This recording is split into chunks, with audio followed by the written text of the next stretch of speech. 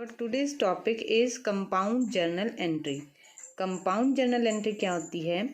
जब किसी एक अकाउंट से रिलेटेड दो से ज़्यादा ट्रांजैक्शन होते हैं और सेम डेट पर हो जाते हैं, तो हम उसमें जो है अलग अलग एंट्रीज करने की बजाय एक सेम एंट्री कर देते हैं for all that transaction which are related to one particular account and take place at the same date.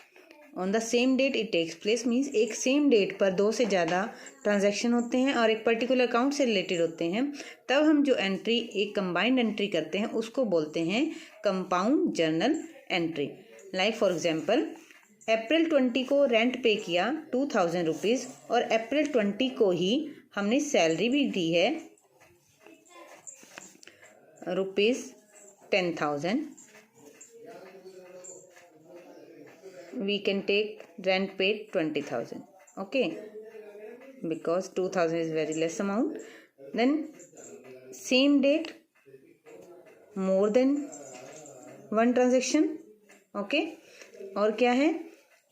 Amount से पेड है, पेड मीन्स कैश से रिलेटेड है, तो क्या बोला था? समटाइम्स टू और more transactions relating to one particular account take place on the same date. अब दो से ज़्यादा एक से ज़्यादा ट्रांजेक्शन हुआ है या दो हुए हैं, सपोज करो एक और ट्रांजेक्शन ले लेते हैं, हम लिखते हैं यहाँ पर कमीशन पेड, किसी को हमने कमीशन भी दी है, वो है 5,000 सपोज करी, तो हम उसकी एक अलग अलग एंट्रीज करने की बजाय, like if we do rent to cash account, salary to cash account, commission to cash account, जब डेबिट क्रेडिट में कैश ही आ रहा है तो why don't you do one combined entry like rent debit, expenses और डेबिट होते हैं, ठीक है, रेंट डेबिट, सैलरी डेबिट,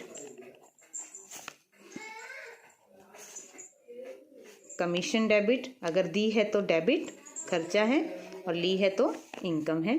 तो यहाँ पर मैं पे की बात कर रही हूँ, कमीशन पे कर रहे हैं, salary also paid, it's amount is 20,000, 10,000 and 5,000 of commission to cash account. How much is cash paid? 20 plus 10 plus 5, it is of 25,000 written in credit side. So this is the entry compound entry. Clear? And narration we will write rent, salary and commission paid on same date. Clear?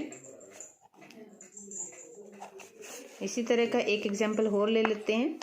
Suppose करो एक particular date पर we take जून 1, एक particular date पर हमने किसी को payment की है, पेड कैश टू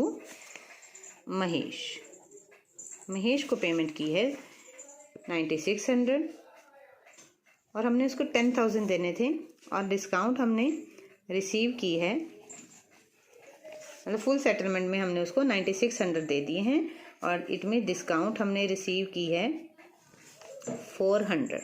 क्लियर? एक ही डेट पर ट्रांजैक्शन हो रहे हैं, डिस्काउंट भी मिल रही है और कैश भी दिया जा रहा है किसी क्रेडिटर को, क्रेडिटर भी कम हो रहे हैं, तो महेश जो है यहाँ पर रिसीवर है कैश का, तो हम एंट्री कर रहे हैं Mahesh debit, how much he is receiving 9600 to cash account,